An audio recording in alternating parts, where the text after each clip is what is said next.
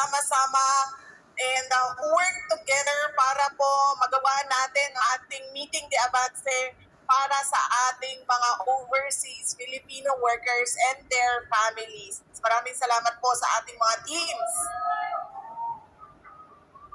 Assalamualaikum. Madayaw maayong gabi kaninyong tanan.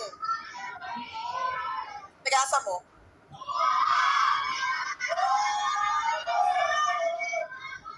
Magandang gabi sa inyong lahat. Ang Uniteam po ay meron po kaming 12 senador. Isa-isahin ko po sa inyo ang description.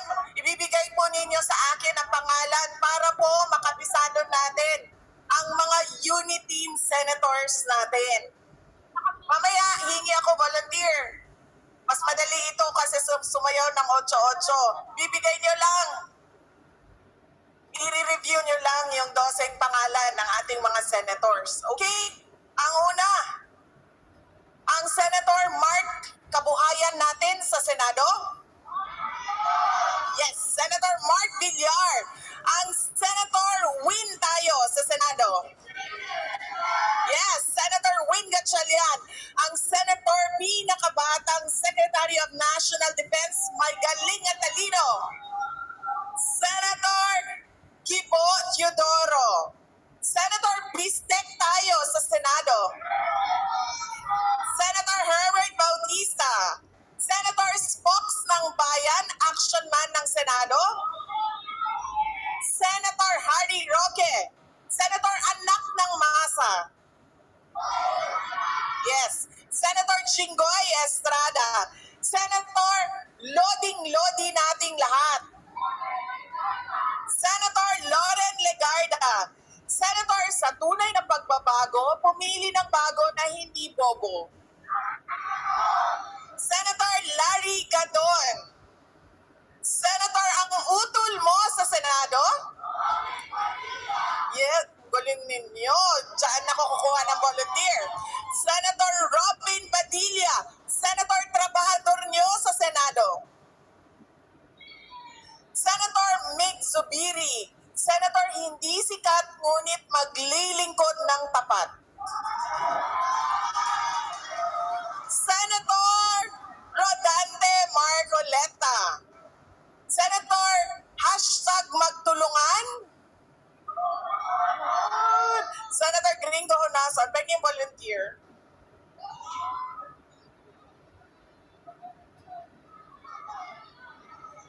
Mas madali naman ito kaysa sumayaw ng 8-8. 12 pangalan lang, huwag tumingin doon sa likod daw. Tsaka walang kodigo. Okay, ay pahiram ng mic, sorry.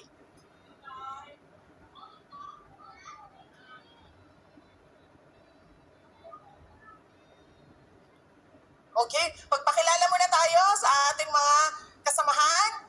Ako po si Evelyn Seras. Nag-gusto po, OFW po ng pangit! Woo! Bakit ka nagdesisyon maging OFW? Para po sa kinabukasan ng aking mga anak. Naman! At ano ang mga natutunan mo sa pagiging OFW? Taas ng pasensya! At saka pagtitiis! Para sa mga mahal sa buhay. Palakpakan natin ang ating mga OFWs sa pagmamahal para sa kanilang mga pamilya. Okay?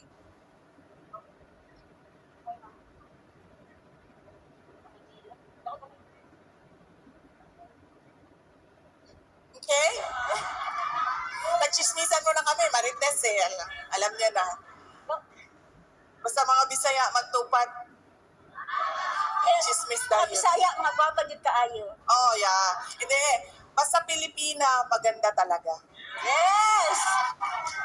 Ilang pinagyot basta Bisaya. At Pabor-pabor. Okay, wait. Nakalimutan na natin, oh. Ang chorus natin ng ating kanta. Paparelax muna para sure na mas maalala natin ang 12 senator. Kaya! Ano ba?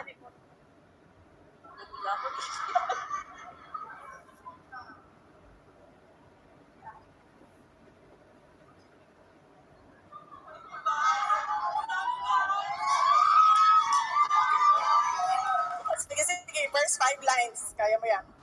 Kaya mo yan. Matutuya. Ako dili angay nga pagmanggad sa imong bunga o panait.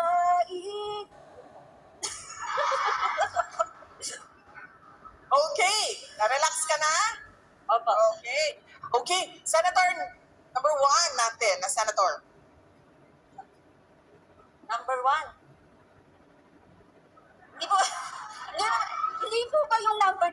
Oh, hindi yung number sa Lahat na lang po, lahat po. Okay. Oo. Pangalan na lang. Diretso pangalan. Sige. Sige po, Mr. Herbert Bautista, Jingoy Estrada, Ivo Chodoro, Gregorio Honasan, Win Gatchalian, Second Marcoleta,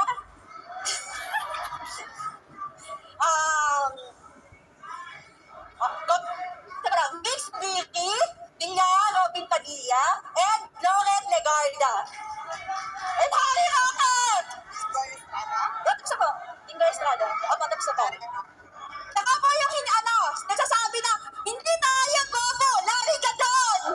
Woo! Nakompleto niya, no? 12? Yes. Palapakan natin si Ma'am Evelyn. Matabang na volunteer. Meron kaming maliit na regalo para sa iyo. Thank you, Ma'am Evelyn. Thank you po. Mabuhay ka. President po, nasa usunod na vice president natin. Yan, nakuha na naman ako ng endorse. Sara Duterte po! Thank you, thank Ako you. sa susunod pa na president po. Thank you po. Maraming salamat kay Ma'am Evelyn. Yan po ang 12 senador natin.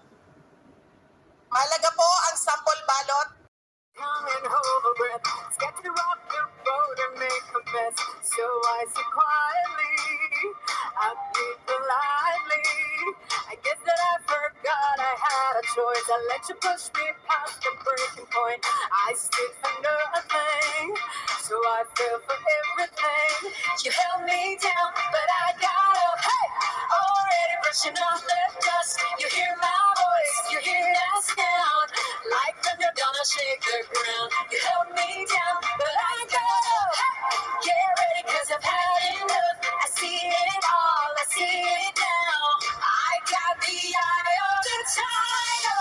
Fire, dancing through the fire. Cause I am a champion. And you're gonna hear me roar louder, louder than a lion. Cause I am a champion. And you're gonna hear me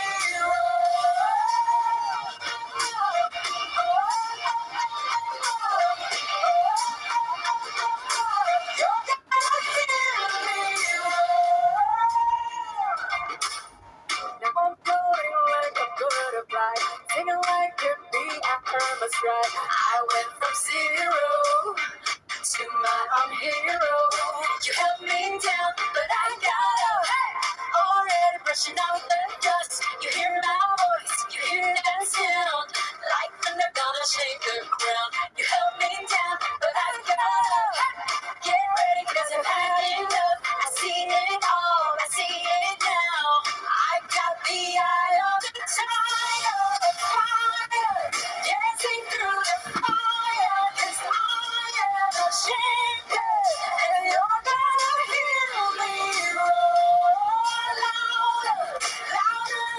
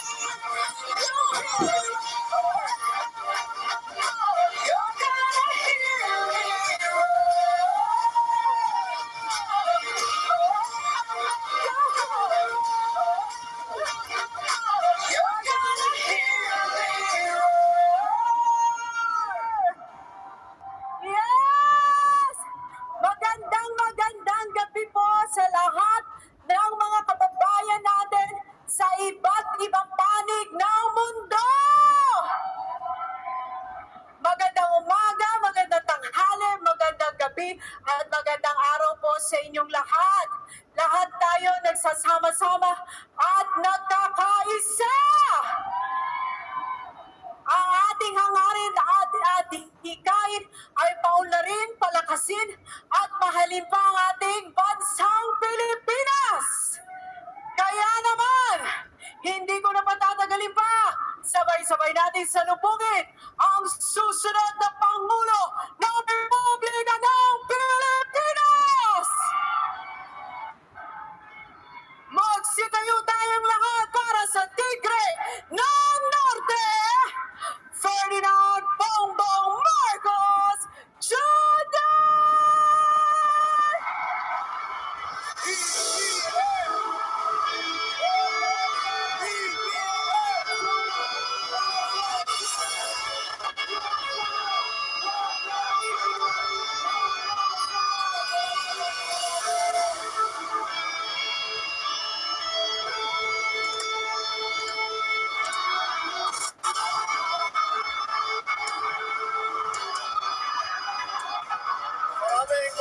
Maraming salamat po sa lahat ng salubong na ibinigay nyo sa amin, hindi lamang dito kami na magkasama sa Maynila, kung hindi lahat sa ating mga OFW na nakikinuhok at nanonood dito sa ating meeting de avance para sa ating mga OFW.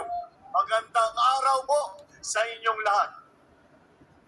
Unang-una po, ako at ang tambalang Marcos Duterte at ang ating mga kasama sa unit team ay nagpapasalamat sa lahat ng ating mga kaibigan sa iba't ibang lugar na mga OFW na nagbuo ng Sara BBM na mga grupo, nagkondak ng mga caravan, gumawa ng mga meeting upang suportahan ang kandidatura ng unit team at saka tambalang Marcos Duterte. Alam ko po na ito ay inyong ginawa dahil sa inyong paniniwala at sa pagbigay ng support at tiwala sa aming adhikain ng pagkakaisa. Yan po ay ang aming ikinakalat na mensahe. Kaya't naman po ito siguro ay napakahalaga, hindi lamang lalo na sa ating mga OFW dahil sa laki at sa dami ng pangangailangan ng ating mga kaibigan, ating mga kababayan na nagsasakripisyo sa iba't ibang lugar. At alam ko naman na yung iba ay matagal nang hindi nakapiling ang kanilang mga pamilya, ngunit tuloy pa rin ang inyong nagiging trabaho at para makapagbigay ng magandang buhay sa inyong mga mahal sa buhay. Kaya kailangan talaga na ang susunod na administrasyon ay kinikilala ng mabuti ang ating mga bagong bayani. Ngunit hindi lamang tawagin ng bagong bayani, kung hindi ay kailangan talagang ipawi natin ang inyong sakripisyo at bigyan natin ng suporta at proteksyon ang ating mga OFW. Alam niyo po ng OFW ay nagsimula yan noong panahon ng aking ama. Dahil nakita po natin na may pagkakataon para sa ating mga manggagawa dito sa Pilipinas na bumiyahe at magkaroon ng magandang kontrata. Dating contract worker ang tawag sa OCW pa ang tawag noon. Ngayon, OFW na. Kaya po ay lumaki ng lumaki. Kaya naman lumaki ng lumaki rin ang naging contribution ng ating mga OFW, hindi lamang sa ekonomiya ng Pilipinas, at kung minsan, pagka naghihirap ang ekonomiya ng Pilipinas, kailangan natin kilalanin na ang nagbubuhay ng ekonomiya ng Pilipinas ay ang mga remittance na nanggaling sa ating mga OFW. Kaya naman kailangan suportahan natin. At kami dito sa unit team ay marami kaming iniisip at pinaplano upang bigyan ng mas magandang buhay pa ang ating mga kababayan na nagtatrabaho sa abroad. Parating na ngayon Parating na ngayon, mabubuo na po ang Department for Migrant Workers at ang susunod na administrasyon ay siya ang magbubuo at gagawa ng lahat, isasagawa ng lahat ng katungkulan ng bagong departamentong ito. Isasama-sama na po natin, ipaghihiwalay na po natin ang Department of Labor and Employment at yung Department of Migrant Workers. At meron na tayong department na nandyan, na iisa lamang ang katungkulan kung hindi tulungan ang ating mga OFW. Paano po matutulog ng ating mga OFW lalo ngayon na dumaan nga ang pandemya? Ngayon na naghihirap tayong lahat, hindi lamang sa Pilipinas kundi sa buong mundo, at ang lakas at mabigat ang tama sa ating mga OFW. Yung ibang nakauwi na napilitang umuwi dahil sa pandemya, yung iba na nawalan ng trabaho at naiwan na lang at hanggang ngayon ay stranded pa at umaasa pa sakali makabalik sa kanilang mga dating trabaho o makahanap ng bagong trabaho. Marami po tayong kailangan gawin para tulungan ang ating OFW. Sa yung mga nakauwi, meron po tayo dapat na ilagay, simulan natin, balikan natin, dahil nagkaroon na tayo yan noon. Balikan natin yung tinatawag na retraining program para turuan natin kung yung mga nais pa na bumalik sa trabaho, makahanap ng ibang trabaho, ay bibigyan ng retraining program na para kung ano yung mga pangailangan sa labor market, na international labor market, ay pinaghahandaan ang ating OFW. Pangalawa, yung mga nandito na ay kailangan bigyan din ng livelihood program, bigyan din ng tulong. Dahil nga, ang ating mga OFW ay umalis nga sa Pilipinas dahil walang trabaho dito. Ngunit, ito po ay kailangan natin patibayin. Kailangan natin patibayin ng suporta para sa ating mga OFW. Hindi lamang para sa mga OFW mismo. Kung hindi, kapag ako po ay nakakausap ko ang ating mga kaibigan na OFW at sinasabi, ano talaga ang pangangailangan ninyo? Naririnig natin ang dati na mga kahirapan na dinadaanan na nangangailangan ng tulong habang abroad. Ngunit, laging nababanggit ay sana matulungan ang mga pamilya ng OFW na nandito, na iwan dito sa Pilipinas. Kailangan naman sa laki ng kontribusyon ng ating mga OFW, dapat naman ay suportahan natin ang inyong mga pamilya sa pamamagitan ng mga pabahay, sa pamamagitan ng programa ng scholarship, sa pamamagitan ng mga national health insurance. Ito po siguro naman ay sa 9% ng ating GDP, 9% ay remittances ng OFW. Siguro naman sa 9% na kontribusyon ng OFW sa ating ekonomiya ay sa palagay ko naman napakaliit lang na pagbalik, pagpayad at pagpakilala ang ating mga sinasabing benepisyo. Kailangan po, at alam naman ninyo po, ang talagang pangarap natin ay mangyari na dumating ang araw na hindi na kailangan umalis ang ating mga kababayan para makahanap ng disenteng trabaho. Kaya't kailangan po natin, lalong-lalo na tayo ay dahan-dahan na iniiwanan na sana ang pandemya.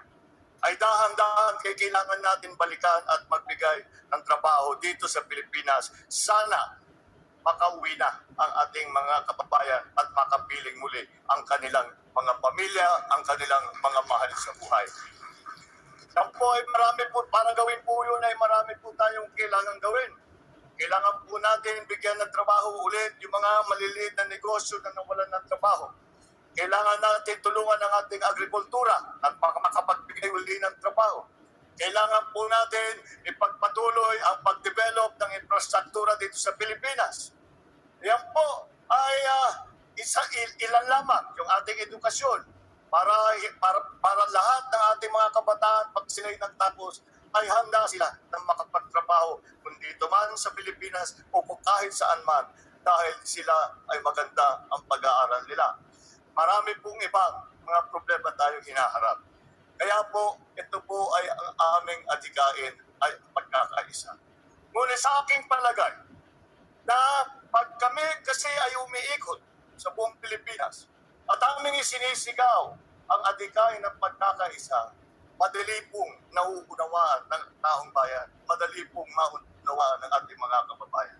Ngunit, sa palagay ko, mas nauunawaan ng ating OFW dahil sa lahat ng ating mapuntahan, sa lahat ng ating mga Filipino community kung saan-saan sa mundo, kitang-kita natin ang tunay na puso ng Pilipino, ang tunay na ugali, ang tunay na kultura ng Pilipino na nagmamahal sa kapwa Pilipino, nagmamahal sa kanilang bansang Pilipinas. Kaya po, ito ay aming ipinaglalaban dahil sa aming palagay. Sa lahat ng marami nating nais gawin, ay kailangan po natin unahin ang unang hakbang. Ang unang hakbang upang tayo ay makabalik sa mas magandang buhay. At ang unang hakbang na yan ay tayo kailangan na magkaisa. Titignan po natin, ibalik po natin, hindi lamang sa larangan ng politika. Gamitin po natin ang halimbawa ng ating OFW na kapag nakita ang kanyang kapwa Pilipino na naghihirap, ay tinutulungan. Pag nakita ang kanyang kapwa Pilipino na nagka-problema, nadapa, ay bibigay ang kamay upang siya itulungan. Yan po ang halimbawa na binibigay ng OFW sa ating lahat. Ito po ay ang leksyon na natuto natin dito sa pandemyang ito, na lahat ng Pilipino, mayaman man o mahirap, sikat man o hindi kilala, ay nangangailangan ng tulong. Ito ay nasa puso na ng OFW.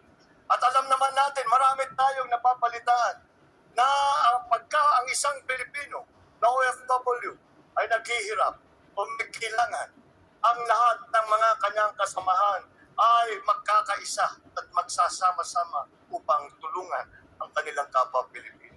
Yan po ang puso ng Pilipino na nais namin sa unity team na ibalik hindi lamang sa larangang politika, kung hindi sa ating buhay na pang-araw-araw at sa lahat ng sektor ng ating ekonomiya, ng ating lipunan. Yan po ang pangarap namin. Yan po ang layunin ng unity. Ay pagkaisa ang sambayan ng Pilipino. Dito man sa Pilipinas o kahit kung saan man, basta't may Pilipino. Balik natin ang ating pag-iisip na kahit sino ka man, basta't Pilipino ka, kakampi kita, mahal kita, at tutulungan kita.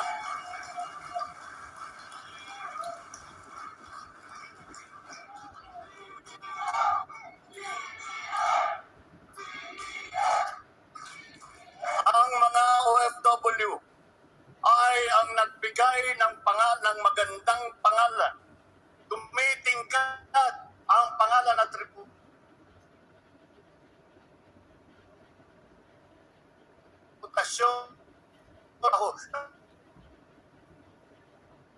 ay pinapasa doon. Kaming lahat ay nagpapasalamat sa inyo.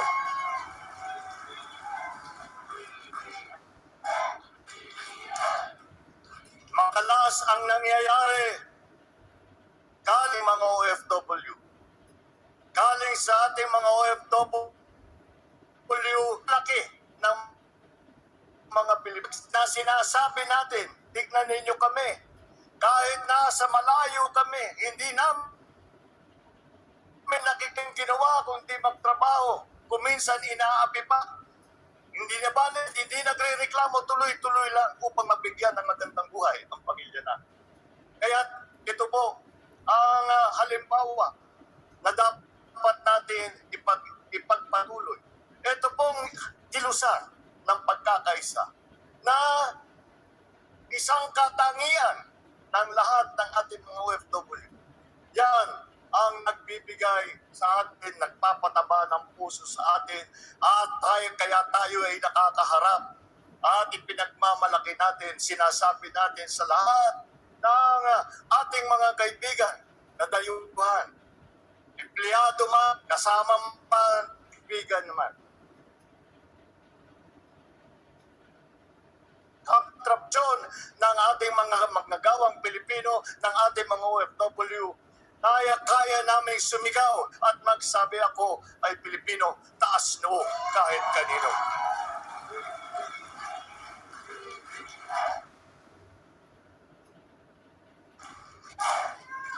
Ang daming itinutulot na kagandahan ng OFW sa lipunan ng Pilipinas.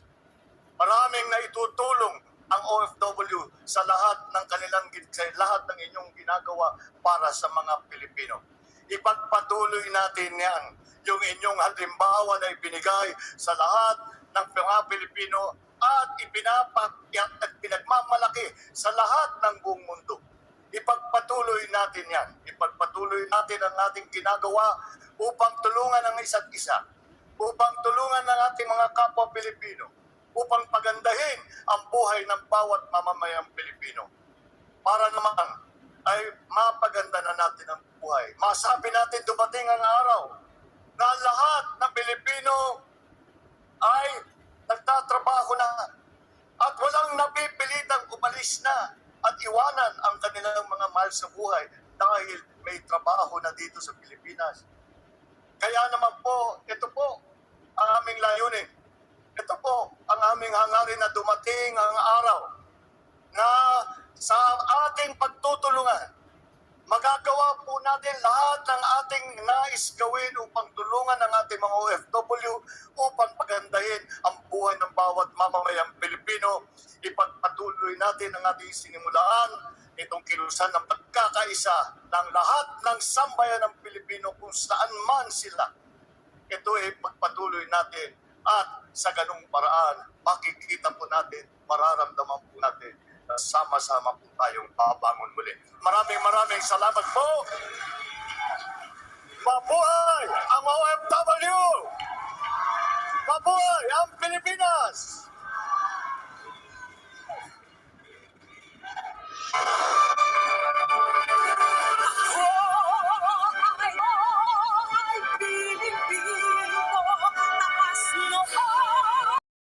Lang pangalan. Kaya mahalaga po na dalhin natin ang sample ballot na nandoon ang pangalan ng Unity Senators natin para masigurado natin na makapag 12-0 tayo na panalo. Naghanda po kami ng speech para po hindi ko makalimutan ang lahat ng gusto kong sabihin para sa inyong lahat ngayong gabi na ito.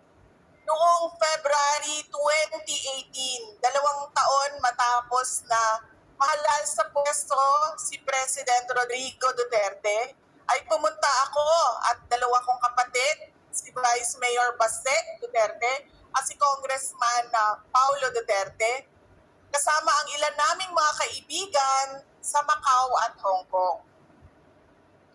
Doon, nakasama namin ang libo-libong mga overseas Filipino workers. Nakausap namin sila, nakamusta namin. Nalaman namin ang kanilang mga kalagayan at ng kanilang mga pamilya sa Pilipinas. Personal din namin silang pinasalamatan sa kanilang suporta kay Pangulong Duterte at sa kanyang administrasyon.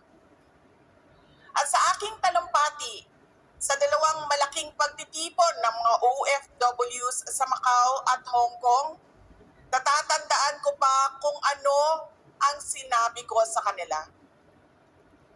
Ang sabi ko, saludo ako sa inyong lahat.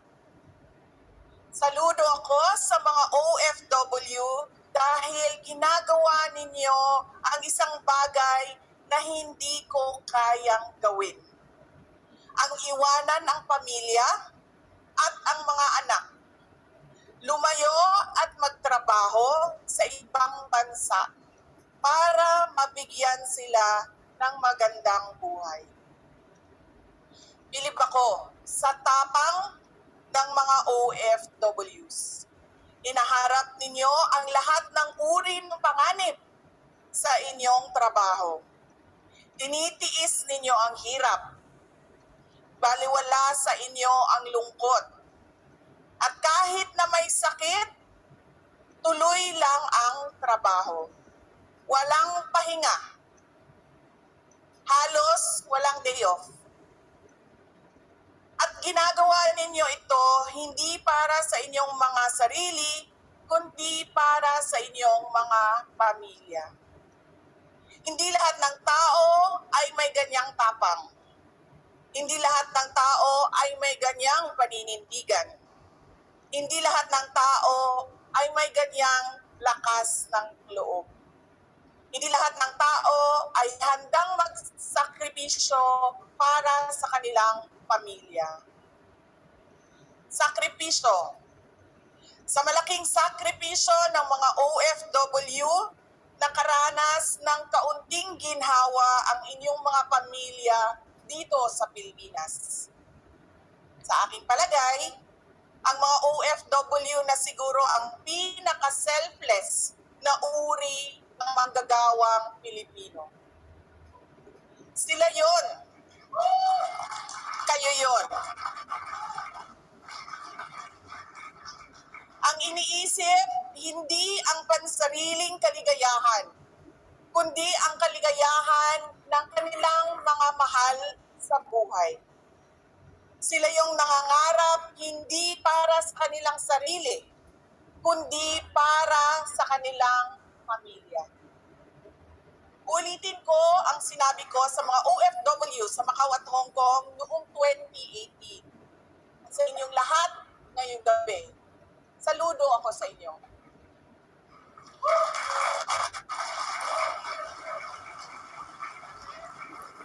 Dapat lamang na mabigyan ng pansin ng pamahalaan ang mga OFWs. Ayon sa Philippine Statistics Authority, merong tinatayang 1.77 million na mga OFW noong 2020. Mas mababa ito sa 2.18 million noong 2019. Sinabi rin ng PSA na umabot sa 134.7 billion pesos ang total remittance ng mga OFW noong 2020. Bagamat mas mababa ito kumpara sa 210.4 billion noong 2019 dahil sa pandemya. Gayunpaman, alam natin kung ano ang papel ng remittance ng mga OFWs sa gross domestic product ng Pilipinas. Ang perang inyong ipinapadala sa Pilipinas ay nagpapalakas ng ating Philippine peso.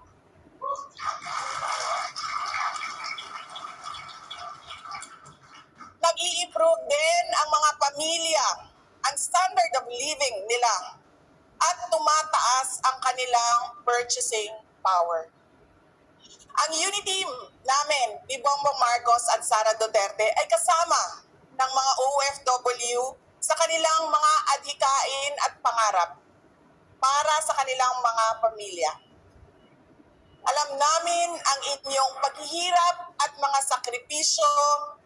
Alam namin ang inyong mga pangarap, ang inyong mga ipinaglalaban. Naririnig namin ang inyong mga panawagan. Ang mga ito ay aming dadalhin sa aming paglilingkod sa ating bayan. Kabilang sa kampanya ng Uniteam, ang pagpapatuloy sa mga magagandang programa ni Pangulong Duterte. Kabilang na dyan ang mahabang listahan ng mga programang ipinapatupad para sa mga OFWs at sa kanilang mga pamilya. Magsisikap kami na mas madagdagan pa ang mga OFWs one-stop shop service center sa buong bansa.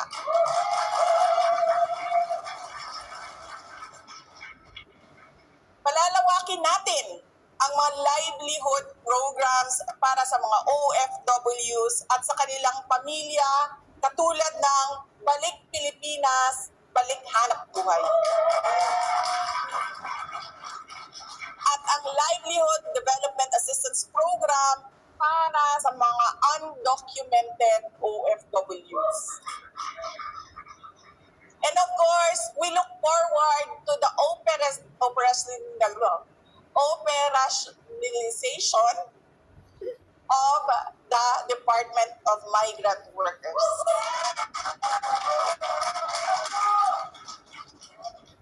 Dapat within 1 to 2 years ay mabuo na natin ang ating departamento. Matagal na itong inaantay ng ating mga OFWs.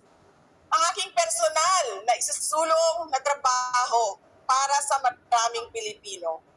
Naniniwala ako na kung mayroong sapat na trabaho sa ating bansa, mas pipiliin ang mga Pilipino na manatili dito kaysa sa makipagsapalaran sa ibang bansa. Edukasyon. Kakambal ng magandang trabaho ang dekalidad na edukasyon. Isusulong ko rin ang pagbibigay sa mga kabataan ng dekalidad at panahon na edukasyon. Kung merong sapat na edukasyon at kaalaman ng ating mga kabataan, magiging produktibo silang bahagi ng ating lipunan. Makakatulong sa iba't ibang industriya, magiging kasama natin sila sa pagsulong ng kaunlaran sa ating bansa.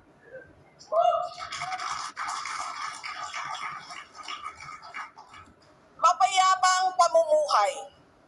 Ito ang pangarap nating lahat. Hindi lang ng mga OFWs, pero mahalaga ito sa mga OFWs na malayo sa kanilang pamilya. Ang Peace and Order, ang isa sa mga tagumpay na programa ng Duterte administration na gusto nating mas patadagin pa. Sa kabilang banda, titiyakin natin na protektado ang mga OFWs sa mga bansang kanilang pinagtatrabuhan.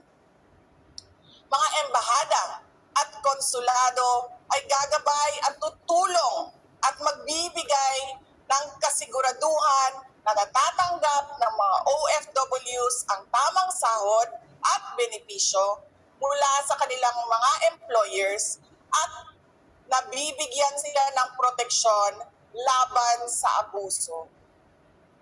Dahil ramdam ng Uniteam ang inyong mga suliranin, pangangailangan at damdamin, makakaasa ang lahat ng OFWs na kaagapay ninyo kami sa pagsulong ng inyong karapatan at tagumpay.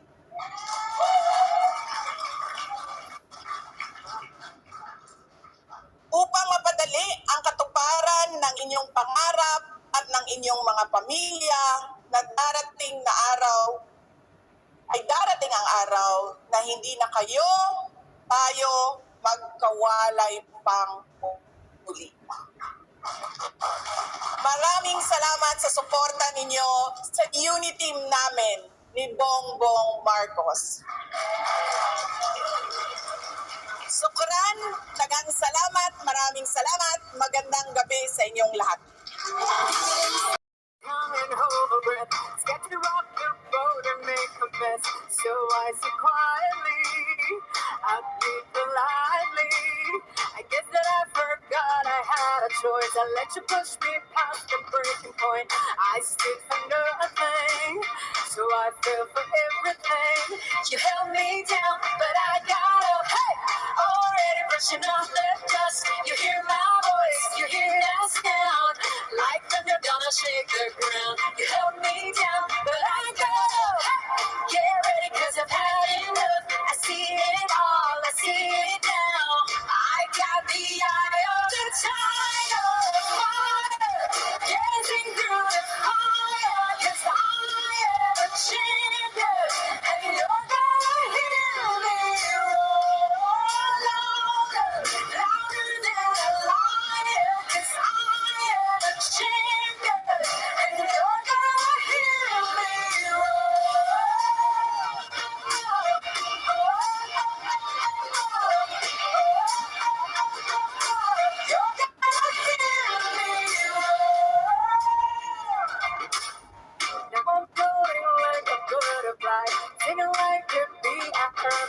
I went from zero to my own hero.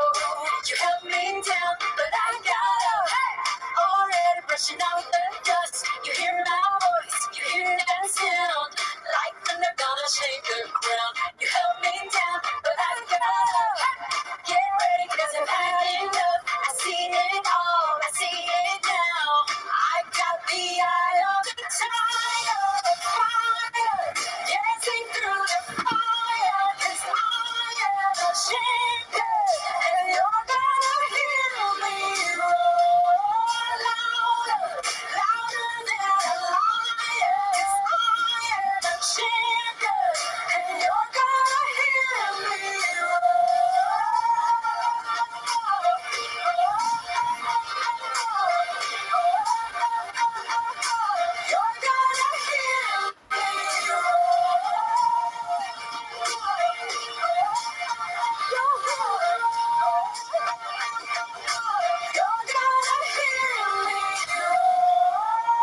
Mga kababayan natin sa mga ibang panig ng mundo! Ang sigaw nating lahat,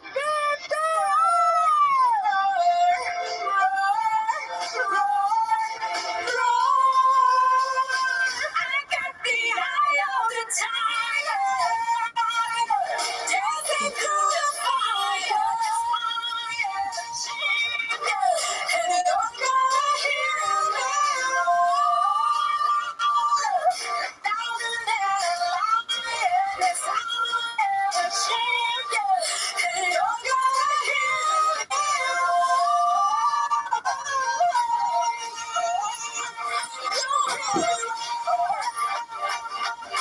You're gonna hear me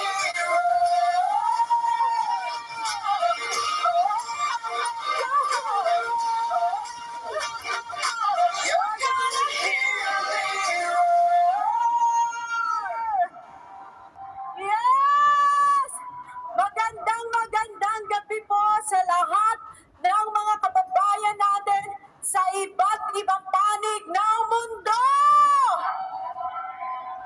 Magandang umaga, magandang tanghali, magandang gabi, at magandang araw po sa inyong lahat. Lahat tayo nagsasama-sama at nagkakaisa! Ang ating hangarin at hikain ay paunlarin, palakasin at mahalin pa ang ating bansang Pilipinas. Kaya naman, hindi ko na patatagalin pa. Sabay-sabay natin salubungin ang susunod na Pangulo ng Republika ng Pilipinas! Magsitayo tayong lahat para sa Tigre ng Norte, Ferdinand Bongbong Marcos Jr.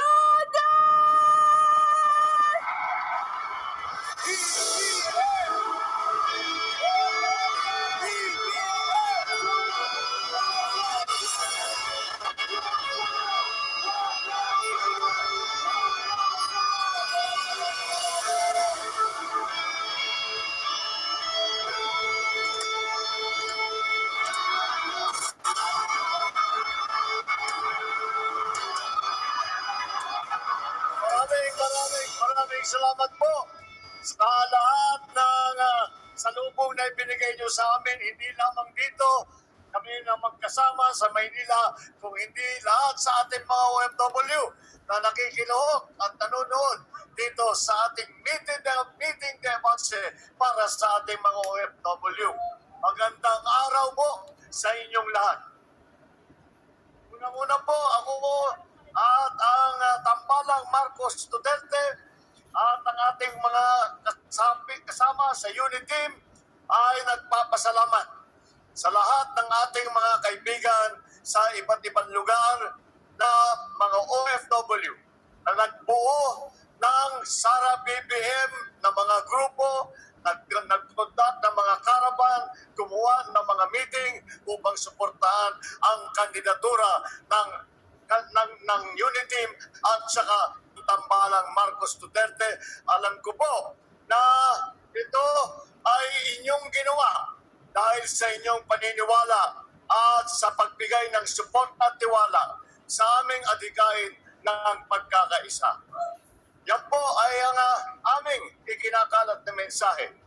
Kaya't naman po ito siguro ay napakahalaga, hindi lamang lalo na sa ating mga OFW. Dahil sa laki at sa dami ng pangangailangan ng ating mga kaibigan, ating mga kababayan na nagsasakripisyo sa iba't ibang lugar. At alam ko naman na yung iba ay matagal nang hindi nakapiling ang kanilang mga pamilya, ngunit tuloy pa rin ang inyong nagiging trabaho at para makapagbigay ng magandang buhay sa inyong mga mahal sa buhay. Kaya kailangan talaga na ang susunod na administrasyon ay kinikilala ng mabuti ang ating mga bagong bayani. Ngunit hindi lamang tawagin ng bagong bayani, kung hindi ay kailangan talagang ipawi natin ang inyong sakripisyo at bigyan natin ng suporta at proteksyon ang ating mga OFW. Alam niyo po ng OFW ay nagsimula yan noong panahon ng aking ama. Dahil nakita po natin na may pagkakataon para sa ating mga manggagawa dito sa Pilipinas na bumiyahe at magkaroon ng magandang kontrata. Dati contract worker ang tawag sa OCW pa ang tawag noon. Ngayon OFW na. Kaya po ay lumaki ng lumaki. Kaya naman lumaki rin ang naging contribution ng ating mga OFW, hindi lamang sa ekonomiya ng Pilipinas, at kung minsan, pagka naghihirap ang ekonomiya ng Pilipinas, kailangan natin kilalanin na ang nagbubuhay ng ekonomiya ng Pilipinas ay ang mga remittance na nanggaling sa ating mga OFW. Kaya naman kailangan suportahan natin. At kami dito sa Uniteam ay marami kaming iniisip at pinaplano upang bigyan ng mas magandang buhay pa ang ating mga kababayan na nagtatrabaho sa abroad.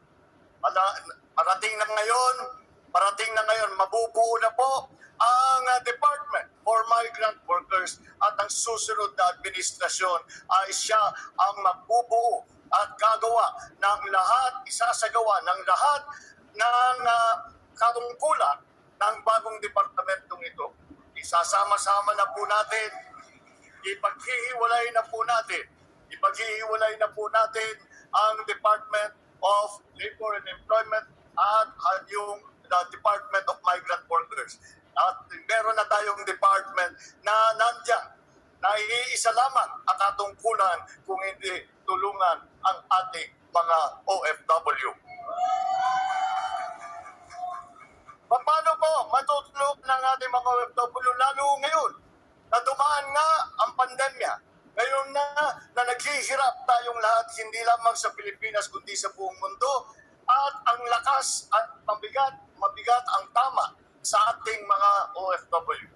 Yung ibang nakauwi na napilitang umuwi dahil sa pandemya, yung iba na nawalan ng trabaho at naiwan na lang at hanggang ngayon ay stranded pa at umaasa pa sakali makabalik sa kanilang mga dating trabaho o makahanap ng bagong trabaho. Marami po tayong kailangan gawin para tulungan ang ating OFW. Sa yung mga nakauwi, meron po tayo dapat na ilagay, simulan natin, balikan natin, dahil nagkaroon na tayo yan noon. Balikan natin yung tinatawag na retraining program para turuan natin kung yung mga nais pa na bumalik sa trabaho, makahanap ng ibang trabaho, ay bibigyan ng retraining program na para kung ano yung mga pangangailangan sa labor market, na international labor market, ay pinaghahandaan ang ating OFW. Pangalawa, yung mga nandito na ay kailangan bigyan din ng livelihood program, bigyan din ng tulong. Dahil nga, ang ating mga OFW ay umalis nga sa Pilipinas dahil walang trabaho dito. Ngunit, ito po ay kailangan natin patibayin. Kailangan natin patibayin ng suporta para sa ating mga OFW. Hindi lamang para sa mga OFW mismo. Kung hindi, kapag ako po ay nakakausap ko ang ating mga kaibigan na OFW at sinasabi, ano talaga ang pangangailangan ninyo? Naririnig natin ang dati na mga kahirapan na dinadaanan na kinangangailangan ng tulong habang abroad. Ngunit, lagi nababanggit ay sana matulungan ang mga pamilya ng OFW na nandito, na iwan dito sa Pilipinas. Kailangan naman sa laki ng kontribusyon ng ating mga OFW, dapat naman ay suportahan natin ang inyong mga pamilya sa pamamagitan ng mga pabahay, sa pamamagitan ng programa ng scholarship, sa pamamagitan ng mga national health insurance. Ito po siguro naman ay sa 9% ng ating GDP, 9% ay remittances ng OFW. Siguro naman sa 9% na kontribusyon ng OFW sa ating ekonomiya ay sa palagay ko naman napakaliit lang na pagbalik, na pagbayad at pagpakilala ang ating mga sinasabing benepisyo. Kailangan po, at alam naman ninyo po, ang talagang pangarap natin ay mangyari na dumating ang araw na hindi na kailangan umalis ang ating mga kababayan para makahanap ng disenteng trabaho. Kaya't kailangan po natin lalong-lalo na tayo ay dahan-dahan na iniiwanan na sana ang pandemya ay dahan-dahan kailangan natin balikan at magbigay ng trabaho dito sa Pilipinas. Sana makauwi na ang ating mga kababayan at makapiling muli ang kanilang mga pamilya, ang kanilang mga mahal sa buhay. Yan po ay marami po, para gawin po yun ay marami po tayong kailangan gawin. Kailangan po natin bigyan ng trabaho ulit yung mga maliliit na negosyo na nawalan ng trabaho. Kailangan natin tulungan ang ating agrikultura at makapagbigay uli ng trabaho. Kailangan po natin ipagpatuloy ang pag-develop ng infrastruktura dito sa Pilipinas. Yan po ay ilan lamang yung ating edukasyon para lahat ng ating mga kabataan pag sila'y nagtapos ay handa sila na makapagtrabaho kung dito man sa Pilipinas o kung kahit saan man dahil sila ay maganda ang pag-aaral nila. Marami pong ibang mga problema tayong hinaharap. Kaya po, ito po ay ang aming adhikain ay pagkakaisa. Ngunit sa aking palagay, na pag kami kasi ay umiikot sa buong Pilipinas at aming isinisigaw ang adhikain ng pagkakaisa, madali pong nauunawaan ng taong bayan, madali pong maunawaan ng ating mga kababayan. Ngunit, sa palagay ko, mas nauunawaan ng ating OFW dahil sa lahat ng ating mapuntahan, sa lahat ng ating mga Filipino community kung saan-saan sa mundo, kitang-kita natin ang tunay na puso ng Pilipino, ang tunay na ugali, ang tunay na kultura ng Pilipino na nagmamahal sa kapwa Pilipino, nagmamahal sa kanilang bansang Pilipinas. Kaya po, ito ay aming ipinaglalaban dahil sa aming palagay. Sa lahat ng marami nating nais gawin, ay kailangan po natin unahin ang unang hakbang. Ang unang hakbang upang tayo ay makabalik sa mas magandang buhay. At ang unang hakbang na yan ay tayo ay kailangan na magkaisa. Titignan po natin, ibalik po natin, hindi lamang sa larangan ng politika. Gamitin po natin ang halimbawa ng ating OFW na kapag nakita ang kanyang kapwa Pilipino na naghihirap, ay tinutulungan. Pag nakita ang kanyang kapwa Pilipino na nagka-problema, nadapa, ay bibigay ang kamay upang siya itulungan. Yan po ang halimbawa na binibigay ng OFW sa ating lahat. Ito po ay ang leksyon na natuto natin dito sa pandemyang ito, na lahat ng Pilipino, mayaman man o mahirap, sikat man o hindi kilala, ay nangangailangan ng tulong. Ito ay nasa puso na ng OFW. At alam naman natin, marami tayong napapalitan na pagka ang isang Pilipino na OFW ay naghihirap, o may kailangan, ang lahat ng mga kanyang kasamahan ay magkakaisa at magsasama-sama upang tulungan ang kanilang kapwa Pilipino. Yan po ang puso ng Pilipino na nais namin sa unity team na ibalik hindi lamang sa larangang politika, kung hindi sa ating buhay na pang-araw-araw at sa lahat ng sektor ng ating ekonomiya, ng ating lipunan. Yan po ang pangarap namin. Yan po ang layunin ng unity. Ay pagkaisa ang sambayan ng Pilipino. Dito man sa Pilipinas o kahit kung saan man, basta't may Pilipino. Balik natin ang ating pag-iisip na kahit sino ka man, basta't Pilipino ka, kakampi kita, mahal kita, at tutulungan kita.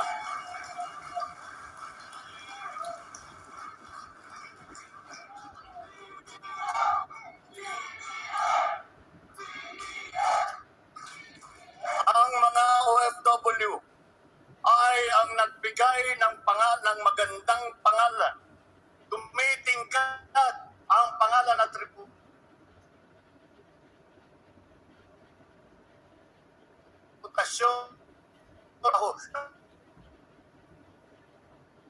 ay pinapasa doon. Kaming lahat ay nagpapasalamat sa inyo.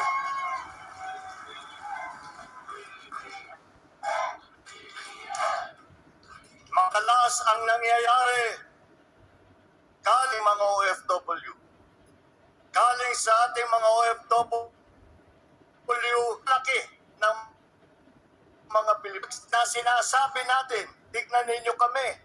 Kahit nasa malayo kami, hindi namin nakikita ginawa kundi magtrabaho. Kung minsan inaapi pa. Hindi na balit, hindi nagre-reklamo, tuloy-tuloy lang upang mabigyan ng magandang buhay ang pamilya natin. Kaya ito po ang halimbawa na dapat natin ipagpatuloy. Ito pong kilusan ng pagkakaisa na isang katangian ng lahat ng ating mga OFW. Yan ang nagbibigay sa atin, nagpapataba ng puso sa atin at kaya tayo ay nakakaharap at ipinagmamalaki natin, sinasabi natin sa lahat ng ating mga kaibigan na dayuhan. Empleyado man, kasama man, kaibigan naman. Kontrapsyon ng ating mga magnagawang Pilipino, ng ating mga OFW, kaya namin sumigaw at magsabi ako ay Pilipino, taas noo kahit kanino.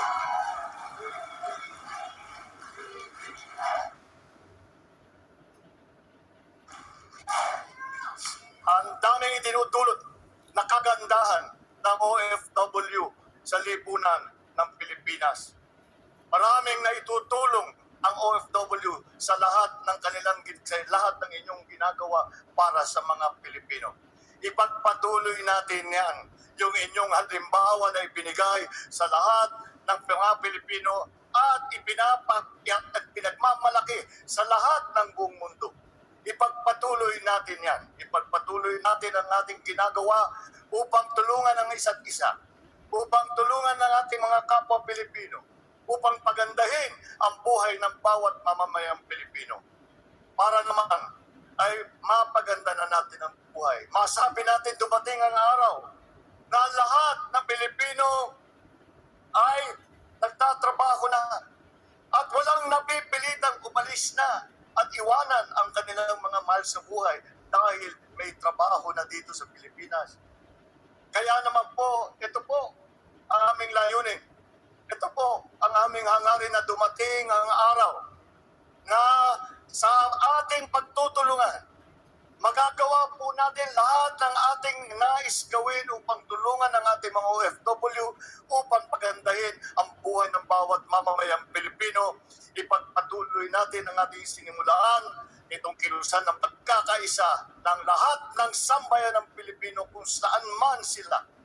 Ito ay pagpatuloy natin at sa ganung paraan, makikita po natin, mararamdaman po natin na sama-sama po tayong babangon muli. Maraming salamat po! Mabuhay ang OFW! Mabuhay ang Pilipinas!